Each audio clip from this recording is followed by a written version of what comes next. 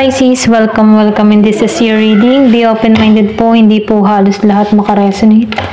Kaya piliin nyo na lamang. And thank you nga po pala sa mga nag-subscribe, lalo na po sa mga bumabalik. Maraming pong salamat. Give me the message for Pisces. Lumabas ang The Bird and the Sun, okay? Meron ditong tagumpay, okay? Merong sinyales. Merong magandang balita dun sa iba. Meron ditong pagsikat ng araw, ano? So, nakifeel ko dito yung happiness, tagumpay na naghihintay sa'yo. Merong magandang balita. Magiging masaya ka dito. Give me the message. Ano pa yung mensahe? So, yes, okay. Just go for it. Magtatagumpay ka dito, no? Kung ano man yung mga ginagawa mo, tinatrabaho mo, okay? Meron ditong happiness na naghihintay. Ito lang nakikita ko. Fresh start, new beginning, bagong simula to para sa'yo, okay? Pwedeng hinihiling mo na to, manifestation. Pwedeng mayroong paglipat ng lugar or pwede rin meron ka ditong bagong simula. Yan. Kumbaga, gusto mo ng bagong simula na kung saan, no, nakatuon ka sa pagbabago. Pwede may paglipat ng lugar o paglipat ng bahay, bagong simula to para sa'yo, bagong yugto ng buhay mo, mga ganun. Give me the message. So, blessing. So, meron itong blessing na parating, ano, so, biyaya, ipagkakaloob sa'yo. Napifeel ko dito yung iba sa inyo, bahay, or meron kang nabiling bahay, sasakyan, mga ganyan. Blessing to sa'yo.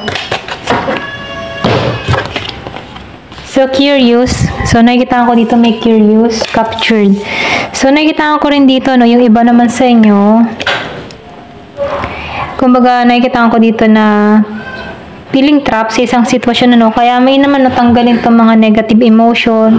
So, nakikita ko rin dito na tanggalan yung mga isipin, ano. Meron ka mga pinag-iisipan or meron ka ditong gustong malaman, meron kang curious or meron kang inaalam, ano. Yung iba sa inyo, nakikita ko dito, curious ka, meron kang inaalam or pwede rin sabihin, meron ditong trap sa isang sitwasyon, okay? Ito rin nakikita ko, no.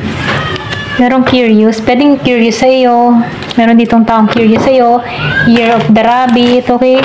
Meron tong nababalitaan, okay? Ito lang yung nakikita ko. Meron din ako nakikita ditong hindi malaya sa sitwasyon, okay? So, sinasabihan ka dito, ano, na kung ano man yung mga problemang tinatahak mo dito, ano, be positive. Ito lang yung mensahe kasi sisikat sa iyo yung liwanag dito, eh. Kumbaga, meron ditong magandang balita, kaya panatilihin palaging positibo, no?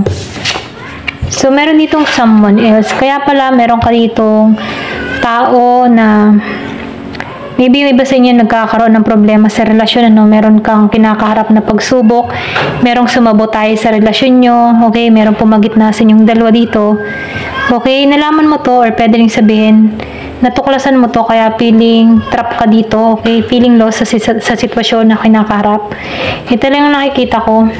Dun sa iba, no, pwedeng nangyari na to or naganap, pero ganun pa man, piliin nyo lang. Okay, meron kang tinutuklas at natuklasan mo to. Ayan. So, nakikita ko rin dito, yung iba naman sa inyo, meron kang natuklasan dito na tao, na kung saan, ano, merong problema sa pera, or pwede rin sabihin na feeling trap, okay, kumbaga sa sugal, or meron ditong addiction, okay, feeling trap dito. Ito lang yung nakikita ko, no.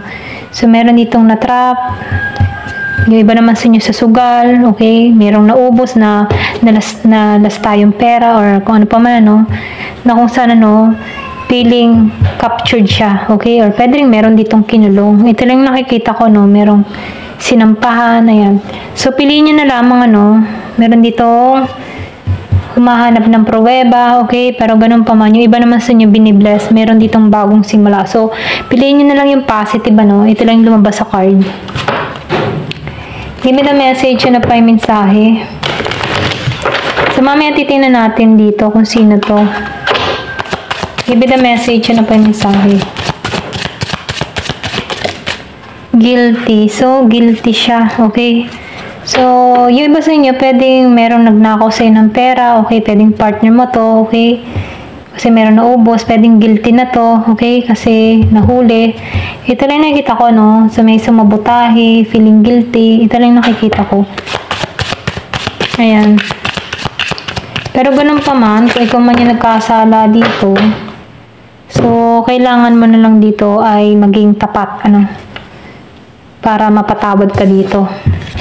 So, meron ditong commitment. Dun sa iba naman sa inyo, nakikitaan ko dito na importante para sa iyo ang maging tapat, maging yung kapartner mo dito ay talagang yung may pagkakaisa kayo para maging successful yung relasyon. Ano? Kailangan ay may pagkakaunawan, pagkakaintindihan kapag may mga problema.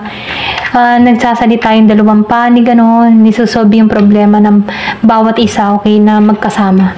Para mas lalong maging matatag yung relasyon, okay? Ito lang yung nakikita ko, no? Kung mayroong mga problema sa relasyon, kailangan ng tamang pag-uusap, okay? Para hindi masira, para hindi ma-stuck sa isang sitwasyon, okay? Give me the message. Pero ganun pa man, mas may pa rin talaga na magkaroon kayo ng heart-to-heart conversation kung kayo ay nagkakaroon ng problema. So, return. Yung iba naman sa inyo may magbabalik kang tao, gustong bumuo, okay? Pwedeng naganap na to in the past, okay? So, ngayon meron magbabalik dito. Gustong ayusin, okay? Gustong magsama muli kayo. Ayan, may magbabalik. Pero ganun pa man, sinurrender mo na to, ipinagdasal mo na to, okay? May pagbabalik to. Kumbaga, nakikitaan ko dito na ipagdasal mo, surrender mo na lang to, mga nangyari or naganap sa inyo, okay? Kasi ma-align din yan. Meron ditong bagong istorya kayong muli dito, okay? Give me the message.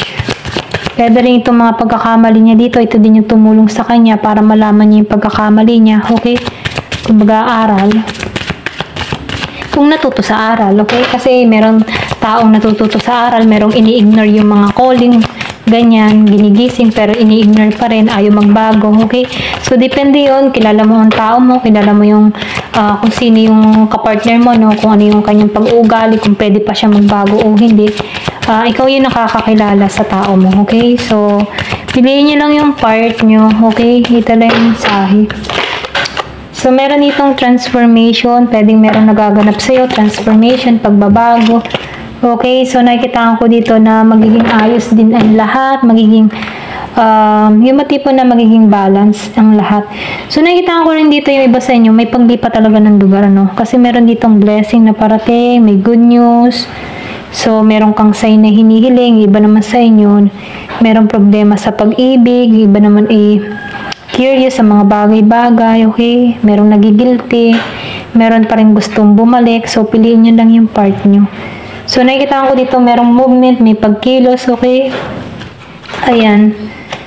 So, nakikita ko dito yung iba sa inyo, mga mangingibang bansa, okay? Or pwede rin meron kang kausap sa ibang bansa, okay? Merong LDR situation. Yung ba tipong nasa araw dito, gabi doon, okay? Magkaiba kayo ng mundo, ganyan. Pero nakikita ko dito na nagkakaayos, okay? Merong renewal na nangyayari, ayan. Dun sa iba, hindi halos lahat. Give me the message. So, itong kumawala, synchronicity. So, nakikita ko dito, openness. So, nakikita ko dito, yung iba sa inyo nabuksan ng kaisipan or pwede rin meron kang tao dito nagkaroon ng kaliwanagan.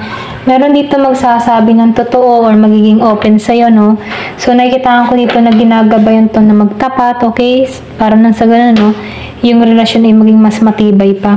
So, nafe-feel ko rin dito, no, na meron dito amazing na mangyayari sa'yo, okay? So, meron dito ang counterpart na parating dun sa iba, ma-attract mo to. Ito lang yung mensahe. Pwedeng makilala mo to sa social media or pwede rin sa mga dating site, mga ganyan online. Yung iba sa inyo, okay? Ito lang yung nakikita ko. So, meron dito na meron kang tinanggalan dito. Ito lang nakikita ko na meron kang inalisan. Meron kang sinacrifice na, pero inalisan mo na to. Meron kang taong obsessed sa'yo, immature, okay? Kumbaga, meron talaga ditong nawala, okay? Nawala ng kaperahan, kabuhayan, okay? So, meron kang tao na pinagdugasan ka or pwede rin sabihin hinuthutan ka, pinirahan ka, no? So, nakaranas to ngayon ng insecurity sa'yo. Pwede rin wala ka na dito sa tao na ito, no? Pero gustong bumalik dun sa iba, no? So, gusto nito ng ay yung bang tipo na gustong makuha kang muli, okay? So, bad news to para sa iba. Ito lang nakikita ko. Kasi nakikita ko dito na itong tao nito ay obsessed, immature, okay? So, may magbabalik, ano? Give me the message. Ano pa yung mensahe? Oh, greedy to, okay? So, stuck in the past. So, nakikita ko dito, stuck in the past ito. Okay, babalik to sa'yo. Pwedeng kuhain muli ang loob mo. Curious to sa mga nangyayari sa'yo, okay? Pero ganun pa man, gusto nito ng bagong simula sa'yo. Kasi kita ka nito na nabi-blessing kayo. Or pwede rin sabihin na may bagong simula na nangyayari sa'yo. Nagiging matagumpay dito, okay? Meron ka mga blessing na nare-receive, nagtatagumpay ka. Pwedeng nababalataan ng tao nito kasi curious sa sa'yo, okay? Na-captured to, nahuli to, or pwede rin sabihin na nakulong din to. Ito lang yung nakikita ko, no? Kung meron ka man ditong tao na addict, yung mga ganyan, addict, obsessed, immature, broke, greedy. So, nakikita ko dito, nagsisi to. Ito lang yung nakikita ko. Pero ganun pa man, hindi ka rin ito ma-let go, okay?